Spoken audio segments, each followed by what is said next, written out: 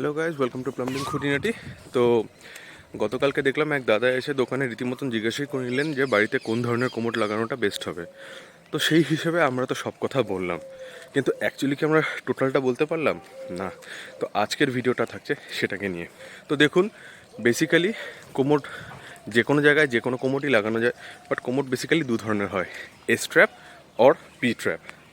সব থেকে বড়ো কথা হচ্ছে, আপনার যদি একটু লাক্সুরিয়াস ধরনের কোমোড চাই, তাহলে আপনি অবশ্যই স্কিপ করুন বা চুজ করুন ওয়ান পিস বা ওমনি সুইটের জন্য।